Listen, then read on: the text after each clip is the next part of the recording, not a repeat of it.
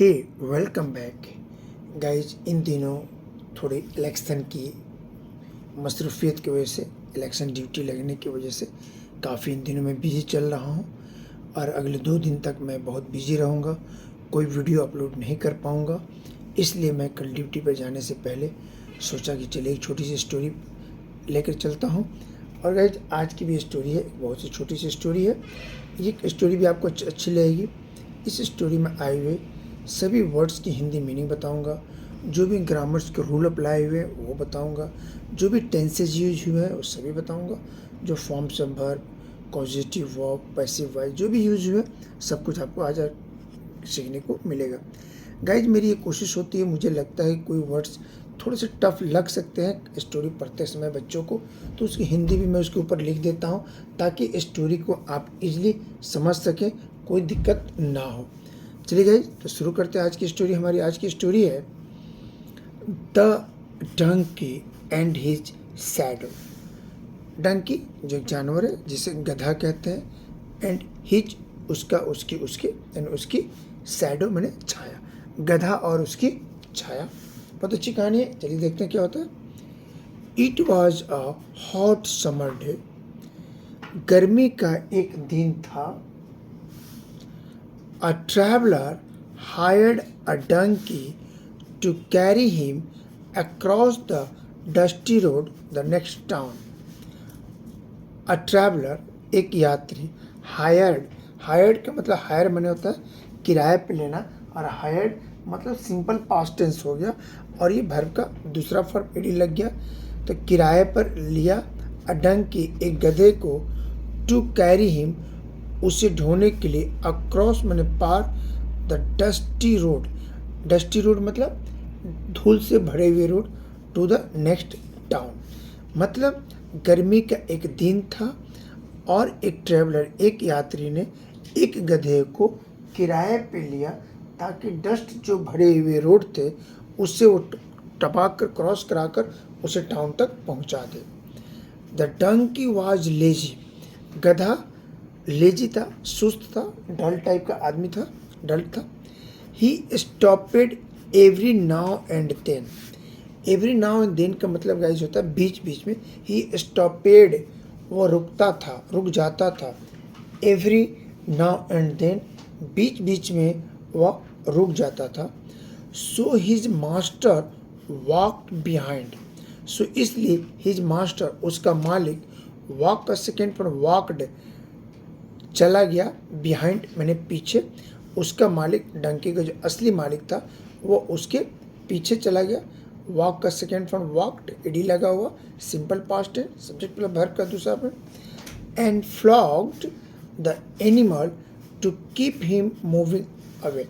And flog का मतलब होता है कोड़े से मारना, तो कोड़े से मारा द एनिमल गधे को, जानवर को, टू कीप हिम उसे, मूविंग अवे यानी आगे बढ़ने के लिए गधे को पीछे से स्टिक किया ताकि गधे आराम से आगे चल सके, बढ़ सके। एट नून दोपहर, they stopped on the way to rest. At noon दोपहर, दे स्टॉपेड वह रुके, ऑन द वे रास्ते में, टू रेस्ट आराम करने के लिए। The traveller sat in the shadow of the donkey, for there was no other shadow there. The traveler यात्री, sit का सेकेंड फॉर्म sit, बैठा या बैठ गया, in the shadow छाए में, of the donkey डंकी की छाए में, for के लिए, there। अब यहाँ गाइस देयर का यूज हुआ, एक तो देयर मैंने वहाँ होता है, यहाँ THR देयर मैंने वहाँ नहीं है क्योंकि हेल्पिंग वर्ब से पहले देयर का यूज होता है किसी सब्जेक्ट के रूप में, देयर का कोई मीनिंग नहीं होता है। तो there was no other said there. वहाँ पे देखिए गाइज यहाँ पर भी देयर है, यहाँ भी देयर है, तो सब्जेक्ट की शुरुआत देयर से होती है तो उसका कोई मीनिंग नहीं होता है, लेकिन अगर वो देयर सब्जेक्ट के बीच या लास्ट में है तो उसका मतलब वहाँ होता है। तो there was no other shadow there, वहाँ कोई दूसरी छाया नहीं थी, इसलिए ट्रैवलर ने अपने डंकी के छाए में आराम करना ज़्यादा बेहतर समझा। इट वॉज वेरी हॉट, ये बहुत गर्म था। And donkeys master was also very much tired. It was very hot, बहुत गर्म दिन था।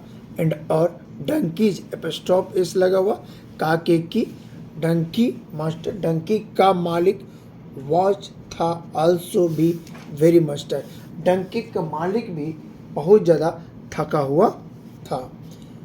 He too wanted to sit the shadow of his donkey. He too, वह भी wanted चाहता था, to sit बैठना, in the shadow of his donkey, वह अपने गधे की छाँव में वो भी बैठना चाहता था। So he said to traveler, इसलिए उसने यात्री से कहा, The donkey is mine, गधा मेरा है। एंड देयरफॉर, इसलिए, his shadow too is mine, donkey मेरा, असली मालिक मैं हूँ, इसलिए डंकी मेरा है तो उसकी छाया भी मेरी है। You hired the donkey himself, तुमने गधे को सिर्फ किराए पर लिया है।